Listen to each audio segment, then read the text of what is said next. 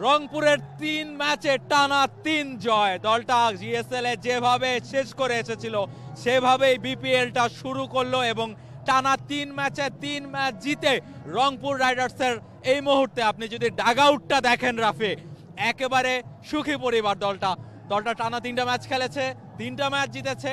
আজকে বরিশালের বিপক্ষে তাদের বিগ ম্যাচ ছিল, ম্যাচটাতে অনেক বেশি চ্যালেঞ্জ ছিল, বড় ম্যাচ ছিল, আসলে বিপিএল এরই অন্যতম বড় ম্যাচ ছিল আজকের ম্যাচটা। সেই ম্যাচটাতেও তারা আসলে দারুণভাবে পারফর্ম করেছে, ম্যাচ জিতেছে। অ্যাবসলিউটলি, সবাইকে দেখতে পাচ্ছি এখানে প্লেয়াররা এক এক করে মাঠে নামছেন এবং 3-3 এটা আপনি বলছিলেন দারুণ সূচনা। ক্যাপ্টেন নুরুল হাসান সোহান তার নেতৃত্বে টিমটা মাঠে ঢুকছে। মাঠে যে দুজন আছেন অ্যালেক্স সেলস এবং সাইফ হাসান, তাদের 113 রানের জুটিরাই কিন্তু ব্যবধান করে দিয়েছে।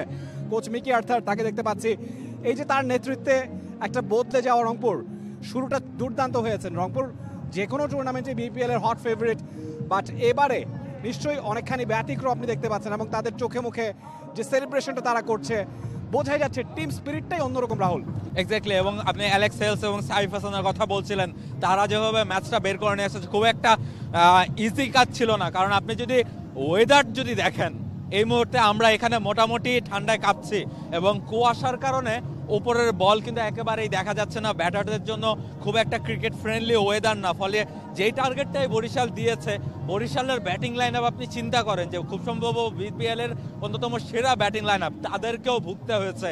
এবং সেই জায়গা থেকে রংপুরও কিন্তু শুরুতেই 2টা উইকেট হারিয়ে ফেলে। আজকে আজিজুল হাকিম তামিমকে দিয়ে ওপেন করানো হয় এবং তিনি রান করতে পারেননি, এবং সেই জায়গাটা থেকে কিন্তু একটা শঙ্কা ছিল যে তাদেরকেও হয়তো বা ম্যাচ জিততে হলে স্ট্রাগল করতে হবে বা জিততে পারবে কিনা। সেই জায়গা থেকে সাইফ হাসান এবং অ্যালেক্স সেলস একদম কেয়ারলেস একটা ক্রিকেট খেললেন। তাদের আসলে মনে হলো যে খুব ইজি ব্যাটিং করা গেল এবং তারা আসলে ম্যাচ জিতিয়ে মাঠ ছাড়ছেন। আমরা একটু তাদেরকেই দেখাতে চাই এবং নিঃসন্দেহে অ্যালেক্স সেলস ম্যাচটা জিতিয়ে মাঠ ছাড়ছেন।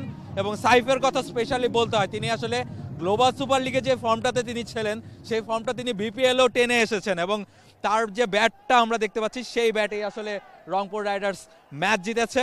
এবং রংপুর রাইডার্সের হয়ে বেশ কয়েকটি ম্যাচ দারুণ ইনিংস তিনি খেলেছেন এবং তার কথা না বললেই নয়, তিনি আসলে ম্যাচটা এই ম্যাচ জয়ের অন্যতম নায়ক নিশ্চয়ই। অ্যাবসলিউটলি, আমি মনে করি প্লেয়ার অফ দ্য ম্যাচ হবার দাবিদার এবং এমভিপি আজকের ম্যাচের সাইফ হাসান।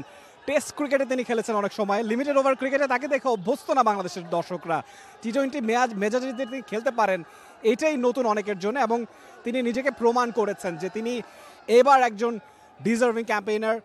টেস্টে না হোক, লিমিটেড ওভার ক্রিকেট দিয়ে যদি তিনি কামব্যাক করতে পারেন, এই বিশ্বাসটা তিনি জাগিয়েছেন এবং রংপুরের জন্য বিগ অ্যাসেট আসলে সাইফ হাসান। এবং প্রতিটা ম্যাচে দেখেন যে দারুণভাবে তিনি দলটাকে শুরু এনে দিচ্ছেন এবং তিনি যেভাবে টি-20 ক্রিকেটে যেভাবে ব্যাটিংটা করা দরকার, যে স্ট্রাইক রেটে ব্যাটিংটা করা দরকার, ঠিক সেটাই কিন্তু সাইফ করছেন। এবং কোচ মিকি আর্থারের সাথে তার যে আলাপ এই মুহূর্তে আমরা দেখতে পাচ্ছি এবং সেই জায়গাটা থেকে তাকে নিশ্চয়ই একজন কোচ যখন দেখবেন তার ব্যাটার, তার ওপেনার, টপ অর্ডার ব্যাটার যখন এইভাবে রেগুলার তাকে রান এনে দিবে একটা দলের জন্য, যে নিঃসন্দেহে একটা ভরসার জায়গা।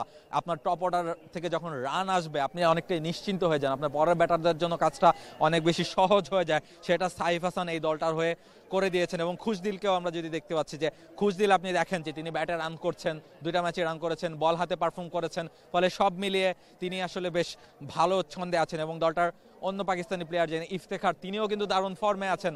এরপরে লোকাল প্লেয়ারদের কথা, বাকিদের কথা চিন্তা করেন, নাহিদ রানা আজকেও দারুণ বোলিং করেছেন, 2টা উইকেট নিয়েছেন।